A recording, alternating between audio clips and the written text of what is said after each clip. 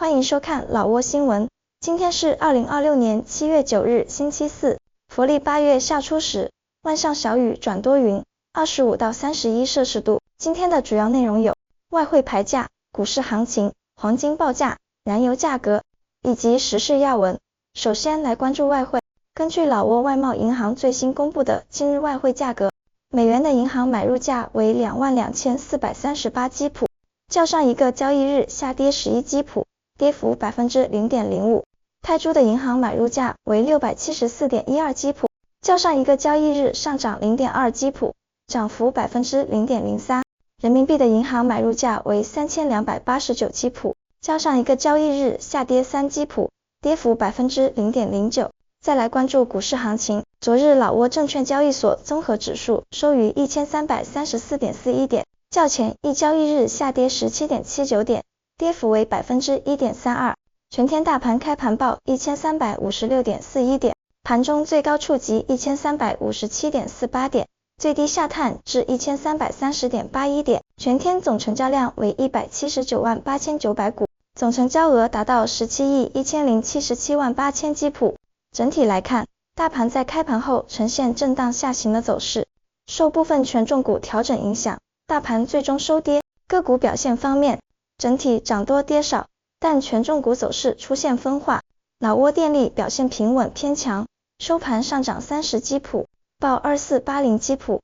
马哈腾上涨15基普，老挝农业上涨30基普，万象中心微涨10基普，中老证券微涨5基普，联合发展银行跌幅较大，下跌150基普，收报6250基普。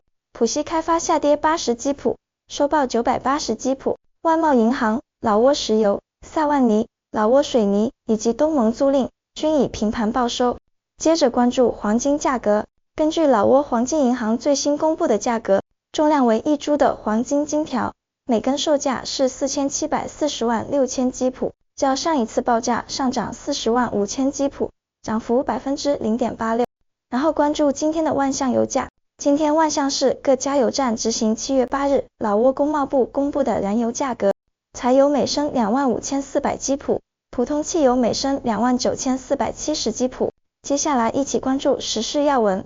第3届老越边防国防友好交流活动举行。于7月9日，在老挝波里坎塞省和越南义安省边境举行了第3届老越边防国防部长级友好交流活动。老挝副总理兼国防部长康良乌塔凯松与越南副总理兼国防部长潘文江共同主持。活动期间，双方在460号界碑举行描红、植树及边防军事协调点奠基仪式，并前往塞战棚县开展捐资助学、义诊送药和赠牛活动。两国国防部长将于7月10日在越南侧继续开展交流。本次活动深化了两国国防合作与特殊情谊，切实造福边境地区民众。老挝拟修改国家预算法。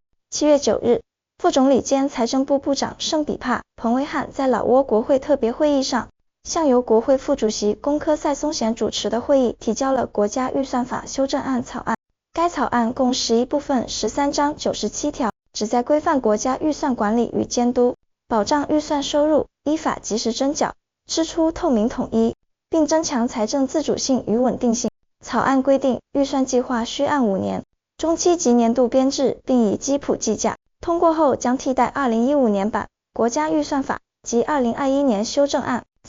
万象省警方破获特大毒品走私案。近日，万象省公安局交警及禁毒部门联合嘎西县警方，在嘎西县农坎村检查站截获一辆悬挂琅南塔省车牌的拖挂车。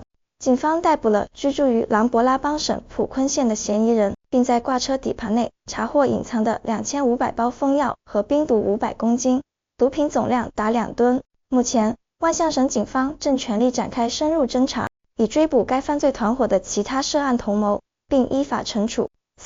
赞巴塞省向巴松与巴通彭两县捐赠2344台净水器。7月9日，赞巴塞省红十字会向巴通彭县5个村和巴松县6个村捐赠2344台净水器，总价值 5.86 万美元。在巴松县，省红十字会会长蒂帕盖松普提猜向副县长布阿隆蒙黄交接物资。在巴通彭县，省红十字会副会长普辛赛亚翁萨向副县长巴通马凯马尼交接物资，两县部门负责人及11个村的干部群众代表共同参加了仪式。5. 乌多姆塞省警方对21名卖淫女开展警示教育。7月9日，乌多姆塞省公安局会同文旅厅、青年团和妇联对4家餐饮店的21名违法业主及卖淫女进行了批评教育。省公安局警察处副处长康金阿努昆出席活动。本次活动旨在提高店主依法合规经营意识，引导服务人员认识到非法性服务、艾滋病风险及涉毒危害。警方强调，各店铺需严格守法并配合监管，对屡教不改者将依法严惩，以有效遏制当地社会丑恶现象与毒品犯罪。6. 色贡省医院举行世界母乳喂养周与国家营养日庆祝活动。7月9日，色贡省医院举行2026年度世界母乳喂养周与国家营养日庆祝活动。色贡省卫生厅厅长拉姆潘塞卡米、省医院副院长塞尚洛迪等出席。拉姆潘塞卡米指出，母乳是婴儿最佳食物，呼吁全社会支持母乳喂养并改善全民营养。省卫生厅卫生与健康促进科科长阿萨彭森苏利翁补充道，政府将每年7月31日定为国家营养日，以深化全民营养意识。活动期间，医护人员还宣讲了母乳喂养知识，多位母亲分享了经验。7. 威拉布里县农家登村稻田突发多处地陷。7月9日，沙湾拿吉省威拉布里县农家登村稻田中央突发原因不明的地陷，形成约8至9个大小不一的坑洞。由于现场持续有水流入坑内，部分农田已无法耕作，引发村民忧虑。目前地陷原因尚明确，当地村民呼吁相关部门尽快前往现场调查原因，并采取应对措施，以确保群众安全及减少农业损失。8. 羊群爬上私家车，车顶致受损车主发帖喊话，养殖户承担责任。